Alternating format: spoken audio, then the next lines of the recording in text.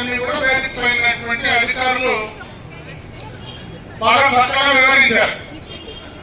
ముఖ్యంగా ఎన్నికలకు ముందు చంద్రబాబు నాయుడు గారు ఏదైతే మాట చెప్పారో సూపర్ 6 పథకంలో ఏవైతే ఆనాడు ఆయన ప్రకటించడం జరిగిందో దాంట్లో భాగంగా ఉన్నటువంటి అన్నదాత సుఖీభవ 20,000 రూపాయలు ఒక సంవత్సరం రైతు ఖాతాలో నేను జమ చేస్తానని చెప్పి ఆ రోజు ఇచ్చిన మాట ప్రకారం ఈ రోజు 3వ విడత, మొదటి 2 విడతలు 14,000, 3వ విడత 6,000తో కలిపి 20,000 రూపాయలు ఇప్పుడే రైతుల అకౌంట్ లో జమ చేయడం జరిగింది. ఎన్ని ఇబ్బందులున్నా గత ప్రభుత్వం చేసినటువంటి ఆర్థిక విధ్వంసం వల్ల ఈ రాష్ట్ర ఆర్థికంగా నష్టపోయినా సంక్షేమ పరంగా ఏదైతే చంద్రబాబు నాయుడు గారు ఇచ్చినటువంటి మాట ఏదైతే ఉందో దాన్ని పూర్తి స్థాయిలో నిలబెట్టుకోవడం జరిగింది. అదేవిధంగా ఈ రోజు రైతులకు ఇచ్చినటువంటి మాటను పూజా తప్పకుండా ఆ కార్యక్రమం అమలు చేయడం జరిగిందని చెప్పి సందర్భంగా మీ దృష్టికి తెస్తా ఉన్నా. రైతుల కోసం ఈ ప్రభుత్వం చాలా కార్యక్రమాలు చేస్తా ఉంది. మీకు తెలుసు, మనకు గడిచిన 5 సంవత్సరాల్లో, ఎందుకంటే 2018-19లో హంద్రీనీవా కాలువ ద్వారా ఆనాడు ముఖ్యమంత్రిగా చంద్రబాబు నాయుడు గారు మొట్టమొదటిగా కూడా ఈ కాలువలో మన ప్రాంతానికి నీళ్లు తీసుకురావడం జరిగింది. ఆ తర్వాత అధికారంలో వచ్చినటువంటి ప్రభుత్వం 5 ఏళ్లు పూర్తిగా కూడా దానికి సంబంధించి ఈ ప్రాంత రైతుల కోసం, ఈ ప్రాంతంలో రైతుల సాగునీటి కోసం, త్రాగునీటి కోసం చేసినటువంటి మంచి కార్యక్రమాన్ని పూర్తిగా కూడా విస్మరించడం జరిగింది. అయితే చంద్రబాబు నాయుడు గారు అధికారంలోకి వచ్చిన వెంటనే ఏదైతే ఎన్నికలకు ముందు మళ్ళీ కూడా కుప్పం దాకా నీళ్లు నేను తీసుకొస్తానని చెప్పారో దాదాపు 7 నెలలుగా ఈ రోజు నిరంతరంగా హంద్రీనీవా కాలువ ద్వారా నీళ్లు ఈ రోజు పారబెట్టినటువంటి ఘనత ఈ ప్రభుత్వానికే దక్కుతుంది. ద్వారా పక్కనున్నటువంటి చెరువులకంతా కూడా నీళ్లు ఇవ్వాలి. ఆ కార్యక్రమం యొక్క ముఖ్య ఉద్దేశమే దానికి సంబంధించి ఎక్కడైతే గ్రావిటీ ద్వారా ఏ చెరువులకైతే నీళ్లు వెళ్తాయో అవన్నీ కూడా రాబోయేటువంటి ఫైనాన్షియల్ ఇయర్ లో ఖచ్చితంగా అక్కడ వెంట్లు పెట్టి అన్ని చెరువులు నింపేటువంటి కార్యక్రమాన్ని త్వరగా కూడా పూర్తి చేసే కార్యక్రమం తీసుకోబోతున్నాం. ముఖ్యంగా మన ప్రాంతంలో ఉండేటువంటి మెట్ట ప్రాంత రైతులందరూ కూడా మనకు చెరువులు, కాలువలు, నదులు లేకపోయినా బోర్లతో వ్యవసాయం చేసుకుంటా ఉన్నాం. బోర్లతో వ్యవసాయం చేసుకోవాలంటే ఖచ్చితంగా మనము ఈ రోజు డ్రిప్ ఇరిగేషన్ అనేది లేకపోతే ఒక్క చోట కూడా మనం వ్యవసాయం చేసుకునేటువంటి పరిస్థితి లేదు. ఈ డ్రిప్ ఇరిగేషన్ అనేటువంటి కార్యక్రమాన్ని ఈ దేశంలో, మన రాష్ట్రంలో పరిచయం చేసిందే చంద్రబాబు నాయుడు గారు మొట్టమొదటి ముఖ్యమంత్రిగా. గడిచిన 5 సంవత్సరాల్లో డ్రిప్ ఇరిగేషన్ సంబంధించి ఎక్కడ కానీ ఒక మూల, ఒక పిచ్చి, ఏది కూడా ఒక వైరు కానీ డ్రిప్ పరికరాలు కానీ ఇచ్చినటువంటి పాపన మూల. ఈ రోజు మళ్ళీ అధికారంలోకి వచ్చినటువంటి కూటమి ప్రభుత్వం డ్రిప్ ఇరిగేషన్ పైన ఎస్సీ ఎస్టీలకు 100% సబ్సిడీతో అందిస్తా ఉన్నారు. 90% బీసీలు, బలహీన వర్గాలకందరికీ కూడా సబ్సిడీ రూపాయలు అందిస్తా ఉన్నారు. 10 ఎకరాల లోపల ఉండేటువంటి రైతులకు కూడా 90% సబ్సిడీతో డ్రిప్ ఇరిగేషన్ అందించేటువంటి కార్యక్రమాన్ని ఈ రోజు రైతుల కోసం చేసేటువంటి కార్యక్రమాన్ని ఈ సందర్భంగా కూడా మీ దృష్టికి తెస్తా ఉన్నా. ఇదే కాదు, మన పలమేరు, ఈ యొక్క చిత్తూరు జిల్లాలో పడమటి ప్రాంతాల్లో ఉండేటువంటి ప్రాంతం మొత్తం కూడా మనం ముఖ్యంగా పండించేది హార్టికల్చర్ కి సంబంధించినటువంటి పంటలే. ఈరోజు మనం కూరగాయలు పండిస్తాం, పండ్ల తోటలకు సంబంధించినటువంటి పెంపకాలన్నీ కూడా మనం చేసుకుంటా ఉన్నాం. ఈ రోజు దానికి సంబంధించి ఒక ప్రత్యేకమైనటువంటి పథకాన్ని ఈ రోజు రాష్ట్రానికి చంద్రబాబు నాయుడు గారు తీసుకురాబోతా ఉన్నారు. దాదాపు 30,000 కోట్ల రూపాయలు ఏదైతే ఈ రాయలసీమకు సంబంధించి ప్రకాశం జిల్లాతో కూడా కలుపుకొని ఈ మెట్ట ప్రాంతంలో ఉండేటువంటి హార్టికల్చర్ ను డెవలప్ చేయాలని చెప్పి 30,000 కోట్ల రూపాయలతో ఒక ప్రత్యేకమైనటువంటి నిధిని తీసుకురాబోతా ఉన్నాం. మన బడ్జెట్ లో కూడా ప్రవేశపెట్టడం జరిగింది. దీనికి సంబంధించి ఆ యొక్క హార్టికల్చర్ ఏదైతే మనం పండిస్తామో దాన్ని మార్కెట్ తీసుకువెళ్ళడానికి, రోడ్ల సౌకర్యానికి కానీ,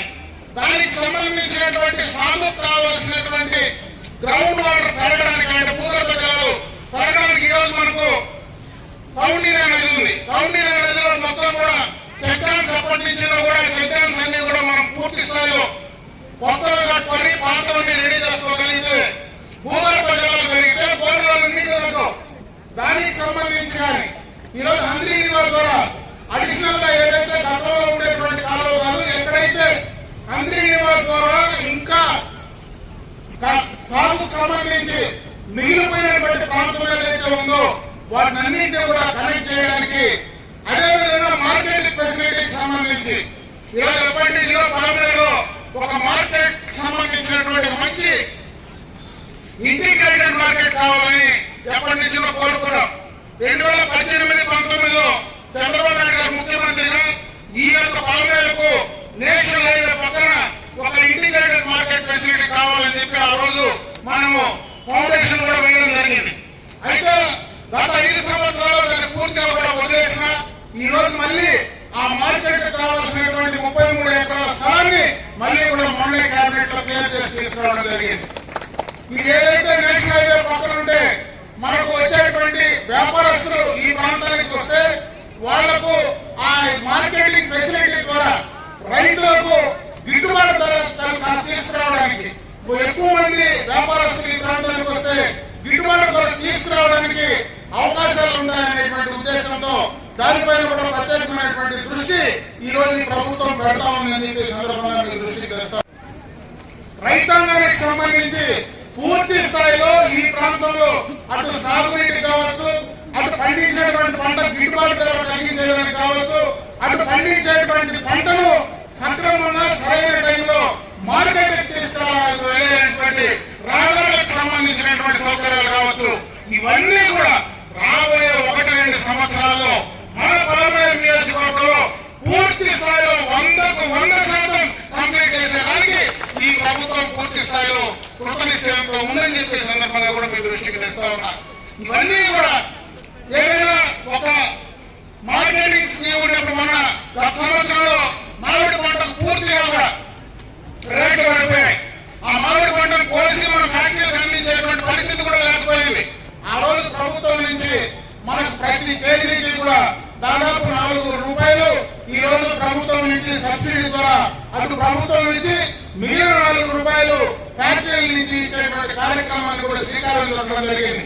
మొన్న ప్రభుత్వం ఇచ్చేటువంటి ఆ 4 రూపాయలు ఏదైతే ఇన్పుట్ సబ్సిడీ ఉందో దాన్ని అంతా కూడా పూర్తి స్థాయిగా రైతుల ఖాతాలో కూడా జమ చేయడం జరిగింది. ఈ రోజు ఎక్కడైనా మార్కెటింగ్ లేకపోతే దాన్ని కూడా ప్రభుత్వం నుంచి కూడా చేయడానికి ఈ రోజు ప్రభుత్వం అన్ని రకాలుగా కూడా పనిచేస్తా ఉందని చెప్పి సందర్భంగా మీ అందరి దృష్టికి తీసుకొస్తా ఉన్నా. ఎన్ని ఇబ్బందులున్నా ఈ రోజు రాష్ట్ర ప్రభుత్వం పూర్తిగా ఇబ్బందుల్లోనే ఉంది.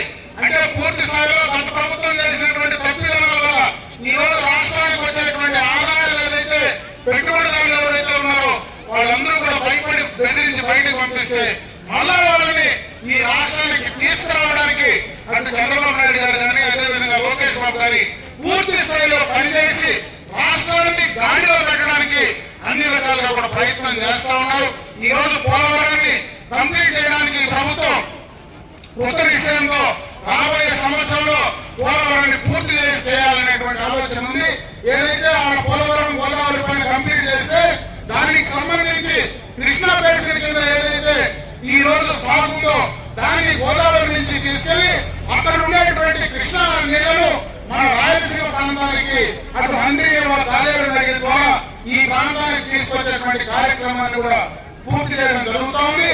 అదేవిధంగా మనలాంటి నగర ప్రాంతంలో ముఖ్యంగా త్రాగునీటికి సంబంధించి కూడా ఈ రోజు ఒక పెద్ద ప్రోగ్రామ్ కూడా ఈ ప్రభుత్వం తీసుకోవడం జరుగుతూ ఉంది. ఈ రోజు జలజీవన్ మిషన్ ద్వారా దాదాపు 3 నుంచి 4 వేల కోట్ల రూపాయలతో చిత్తూరు జిల్లాలో ఉండేటువంటి పడమటి ప్రాంతాల్లో గండికోట రిజర్వాయర్ నుంచి కూడా డైరెక్ట్ గా ఈ ప్రాంతానికి పైప్ లైన్ల ద్వారా ప్రతి గ్రామంలో ప్రతి ఇంటికి కూడా స్వచ్ఛమైనటువంటి తాగునీరు అందించాలా అనేటువంటి ఆలోచనతో ఈ ప్రభుత్వం పనిచేస్తా ఉందని చెప్పి ఈ సందర్భంగా మీ దృష్టికి తెస్తా ఉన్నా. ఈ రోజు మహిళా సోదరి మళ్ళీ ఇక్కడ చాలా మంది ఉన్నారు, అందరూ రైతు కుటుంబంలో నుంచి వచ్చిన వాళ్ళే. ఆ రోజు మీకు ఇచ్చినటువంటి మాట కూడా ఏదైతే ఈ రోజు తల్లికి వందనం కార్యక్రమం కింద ఎంతమంది బిడ్డలుంటే అందరికీ కూడా తల్లికి వందనం కింద 14,000-15,000 రూపాయలు మీ ఖాతాలో వేస్తానని చంద్రబాబు నాయుడు గారు మాట చెప్పారు. ఆ మాటను కూడా నిలబెట్టుకోవడం జరిగిందని చెప్పి సందర్భంగా మీ దృష్టికి తెస్తా ఉన్నా. ఆ రోజు ఆయన ఎన్నికలప్పుడు పూర్తి స్థాయిలో మహిళలు